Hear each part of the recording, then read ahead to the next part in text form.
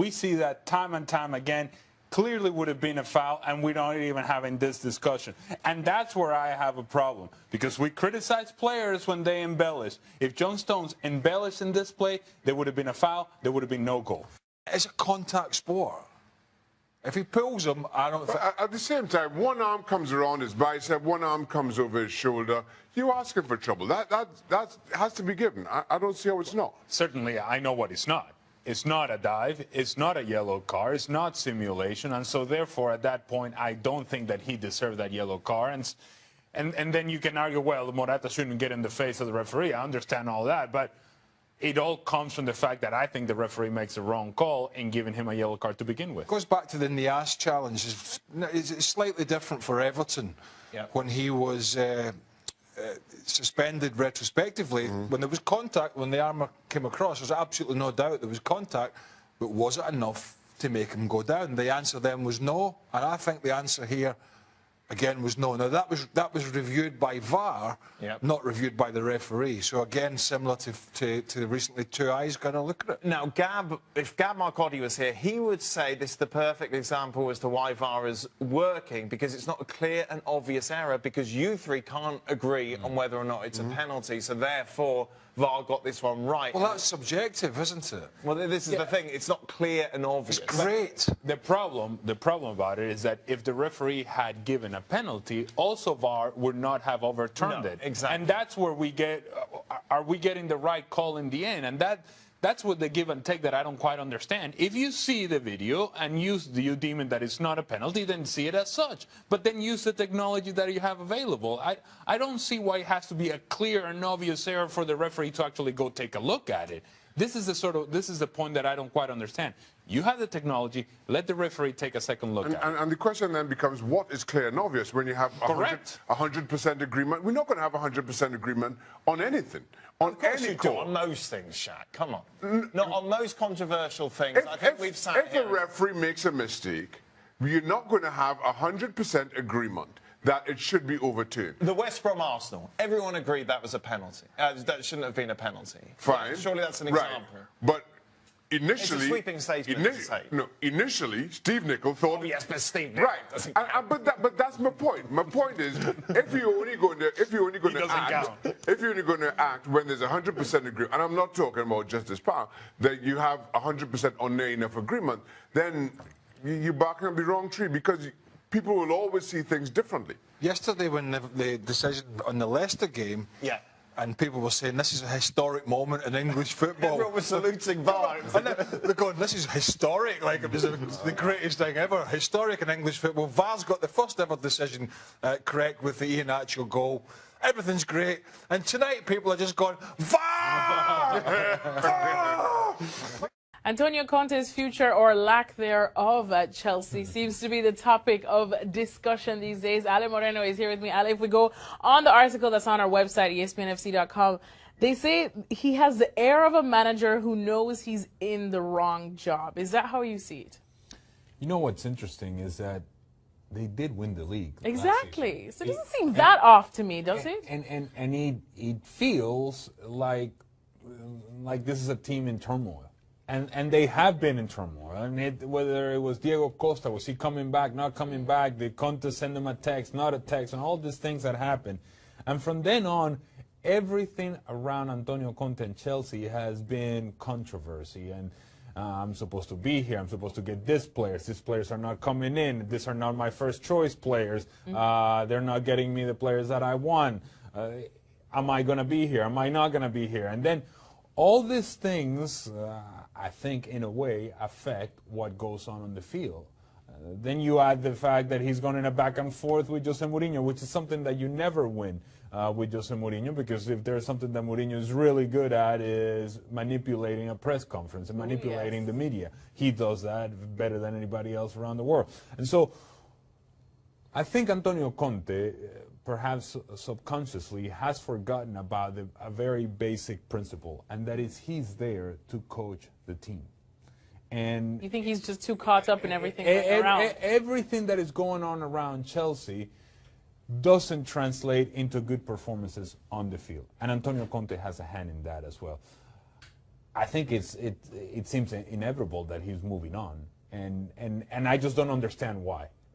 The truth of the matter is that we don't have all the information available, but a coach that just managed a team into a championship just last season, just months ago. We're not even talking about this was 5-6 years ago. No, this was just months ago, and somehow everything has now turned sour for Chelsea and Antonio Conte. More so off the pitch. Yeah, and it's just the conversations are never very straightforward. Everything is he said, she said, they promised me this, I didn't get that, and all of those things make it all that very complicated. He's looking for a way out, I think, and I think Chelsea are very happy to accommodate that as well. Quickly, we're hearing Allegri that could be the man to take over. Do you like that, yay or nay? Nay, from the perspective that I think Allegri is going to stay at Juventus. Allegri is a tremendous manager, tremendous coach. He's a proven coach, and I think he would do a wonderful job wherever he goes. But I think that Juventus know what they have in their hands, and I don't feel that they'll just let him go. Allegri is very much a part of what Juventus are doing right now. All right, so the Conte talks continue. I promise you this is not the last time we'll be talking about it until we see a decision, whether it comes now or at the end of the season. We will be tuning in. It's our favorite time of day. Well, my favorite time of day. It's rumor-rated time. Ale Moreno is joining me. He's going to try and crack some of these rumors. Aubamayeng, no surprise that he's not exactly happy at Dortmund, and they're not 100% happy with him, dropping him for, disciplinary reasons. So would Arsenal be a good move for him, Ale?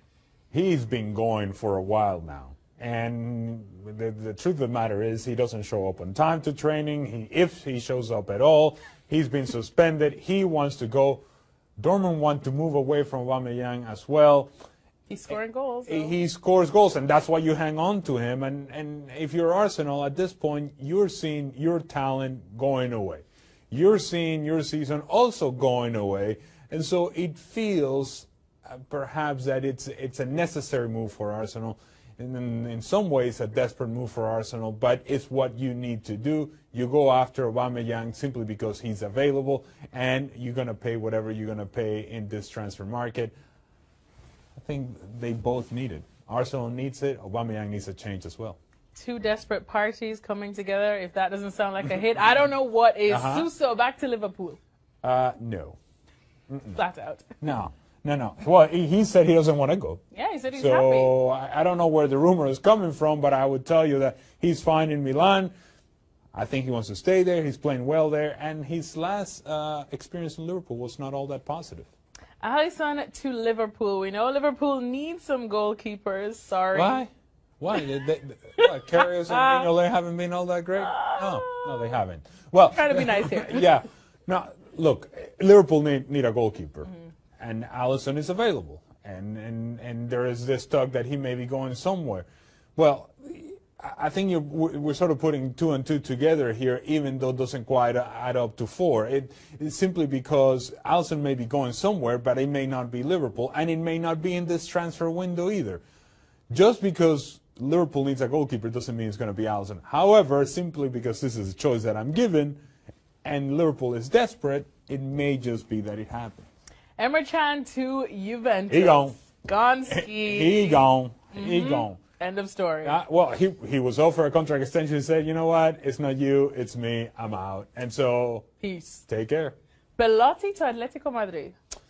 He was supposed to go to Atletico Madrid in that last transfer window, but Torino was holding on to this $100 million transfer fee that was never going to happen. And now Belotti is part of an Italian national team that is not going to the World Cup. So his stage has become a whole lot smaller. And so, in fact, he's not on the stage. And so to that end, I think he's running out of options. And it becomes Atletico Madrid as an option once again because we expect Antoine Griezmann to move on. I think this is going to happen perhaps in the summer. Rafinha to Inter. He gone as well. He gone.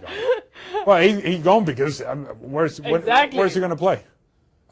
He's not. He's not even fifth choice at this point, and You look at Coutinho coming in, Paulinho's been done well, Iniesta's doing well, Andre Gomez still around, and when they have an option to play somebody in the midfield, instead of bringing him in, they bring Sergio Roberto in and play Semedo outside. He's gone. I don't know if it's to Inter, but he's gone. And finally, Massimiliano Allegri to take over at Chelsea, because we know that Antonio Conte is probably having one foot out the door. Yeah, but that doesn't mean that Allegri is going to Chelsea. I think Juventus are more than happy with Massimiliano Allegri. He's done a wonderful job there. And I think Juventus understands what they have in Allegri. I just don't think that they're just going to let him walk out to Chelsea. Chelsea needs to find a manager simply because Antonio Conte seems unhappy, but I don't know that Allegri is the answer. Two very unhappy people in this world, Antonio Conte and Cristiano Ronaldo. Oh. Maybe they can form their own team. Thanks so much to Ale Moreno. We make a good team. Continue tracking all of these rumors here at ESPNFC.com. We're not unhappy. Some interesting reports in Spain over the last couple of days about the future of Cristiano Ronaldo. Apparently, the Ballon d'Or winner wants out at Madrid. Raf Honigstein, let's start with you. Raf, is this his last season in the Spanish capital? I doubt it.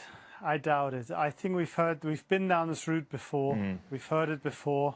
It's usually been used as a pressure point to get a better deal, or to get some kind of commitment or some love, and I just don't see it, and I don't see that much of a market for him. If you want, of course, the goals, if you want the glamour, the name, the brand, yes. If you want a footballer that's still got his best time ahead of him, then no, he'll be 33 very soon. For that money, difficult, I think, to shift him. Where would he go? Do you know, at some point, I don't know is the answer, but I think at some point, Real Madrid have bent over backwards for this guy on numerous occasions, and probably rightly so, the way he's performed for them. But at some point, someone's going to have to call his bluff.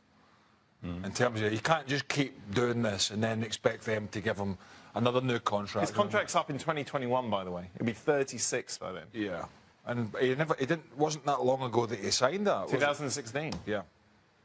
The only possible destination I could see for Ronaldo at this point is Manchester United. Will they be willing to pay the transfer fee that I'm sure Real Madrid will ask? I doubt. China? Maybe, but I just feel Manchester United, as much noise as he's made about returning to Old Trafford, I feel that's the only sensible destination. Saying that, whatever happens, I don't think they'll be getting value for money in terms of the player. What about MLS, Al? Is that an option? It's an option, but it depends on how they approach a contract negotiation with Cristiano Ronaldo, because I don't think that the money that he would be demanding would be in play. However, if you make him a partner in a team, if you make him part of jersey sales, how did they get Beckham done? Well, that's part of it. Right. Is that it wasn't just his performance on the field that he was getting paid for. There were other things that were attached to it, and that's how they structured the deal. I think there's something to be said about MLS reaching out. They'll certainly be on the lookout for the possibility of Cristiano Ronaldo, because it's a game changer for It's a proper signing. It's like Beckham. Yes, and again, it gives you a much bigger platform from which you can showcase your product. In that sense, you would think that MLS would be all over it. As it pertains to the player that you're getting, I think it's different. When it comes to Cristiano, it's more of the brand than anything else. But it wouldn't be LA, would it, be any chance? It'd be a big market, I'll tell you that much. Not Columbus? No. Well, hopefully Columbus is around, baby. But seriously, I mean, I've criticised before the fact that you're bringing in the older player. But but even though he's not performing like he can, he's still at a standard that this would be a huge marketing tool for Major League Soccer.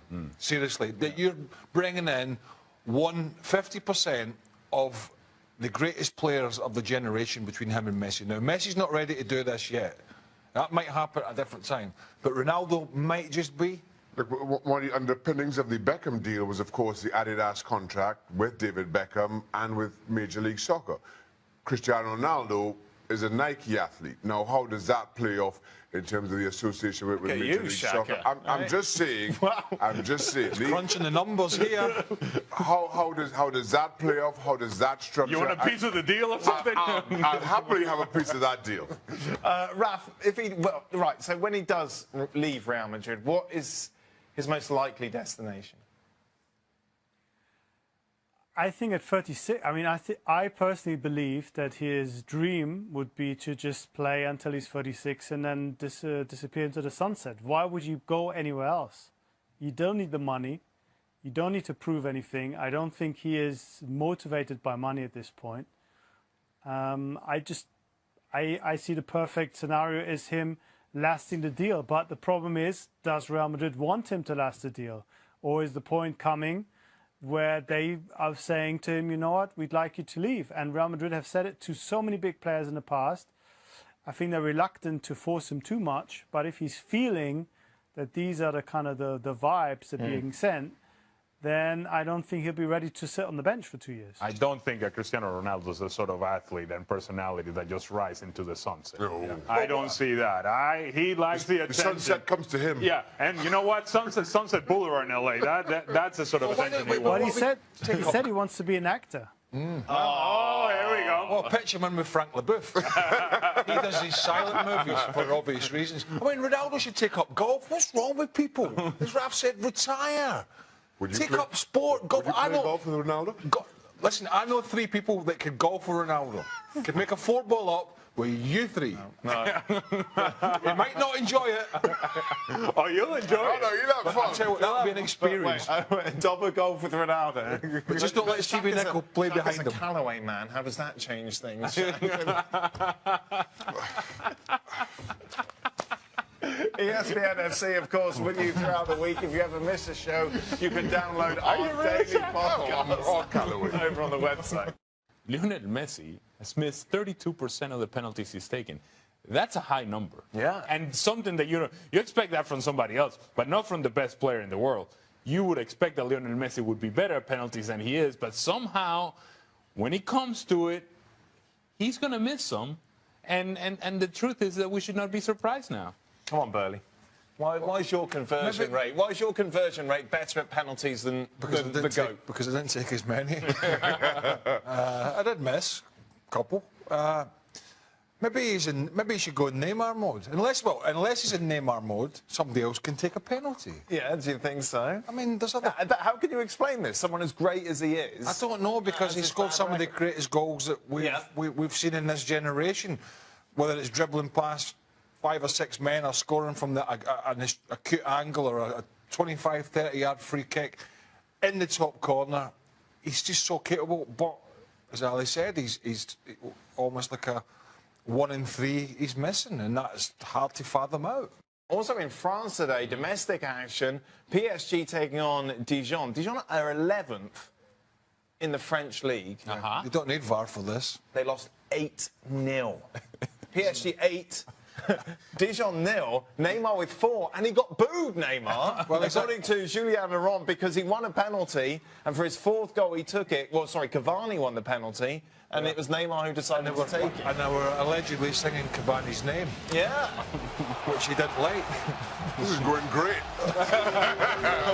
Smooth. Oh, man. I thought this was result. I thought it was 1 each. I thought they took 1 each. No, it was 8-0. Well. Well, they got his 4 goals, Neymar, didn't he? Was it 4 he got? Dear me. And by the way, as well, we saw celebrating again, balancing something on his head. What this time? Do we know? Do we know what it was this I time? believe a glove. A glove. A glove now. Yeah. Which he took off, and then... Somebody, Is that why he got booed? That's why he got booed. he's asking for trouble. I'm telling you. I'm not saying it's right, but he's asking for somebody to boil over and lose the patience with him, and it could hurt him.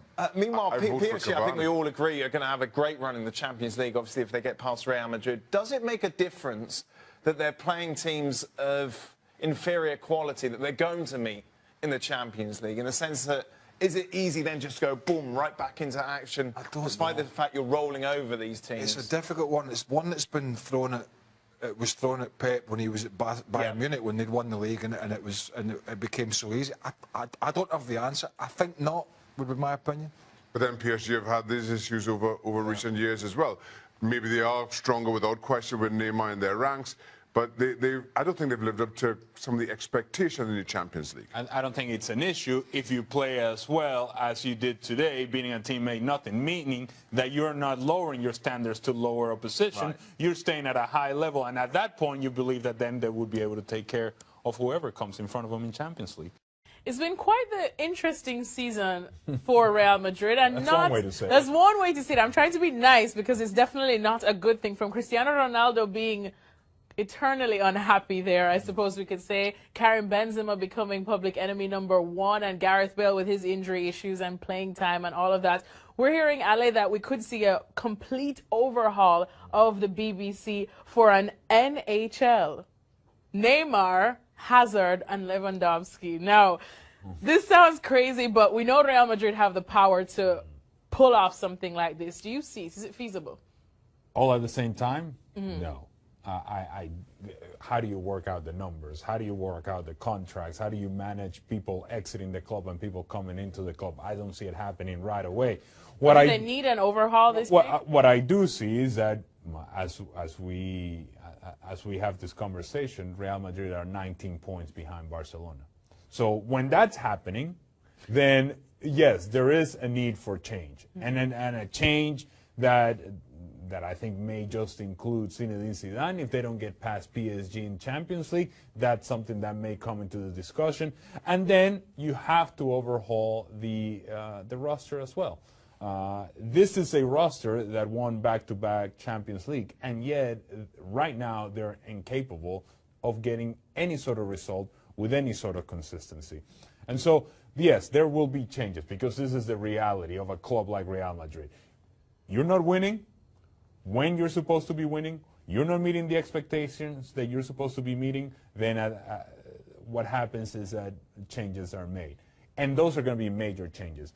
The situation about Cristiano Ronaldo, it feels like we have this conversation every year. Because he's unhappy every year. Yeah, and it's not a coincidence. Yeah. It's not a coincidence that he is unhappy when he's only scored 4 La Liga goals and the team is not doing well. And so instead of focusing on the fact that he's not playing very well, we're going to focus on the fact that, well, he's unhappy, he wants to leave Real Madrid, and how does that conversation change the dynamic of actually discussing the fact that his performances have not been good enough on the field. And that's a lot of what's happening around Real Madrid. That Florentino Perez may be floating the idea of there may be overhaul, that there may be changes. That shifts the focus as to what the future may hold to Real Madrid, rather than focusing on what we have seen so far. And what we have seen so far is simply not good enough. Not good enough at all. I think there was a stat that weekend that Real Madrid are actually further away from Barcelona than they are from the relegation zone. So that's not good. That is not good at all. That is not the Real Madrid that we know. So something needs to be done. We'll see if this BBC for NHL does indeed happen. Wow.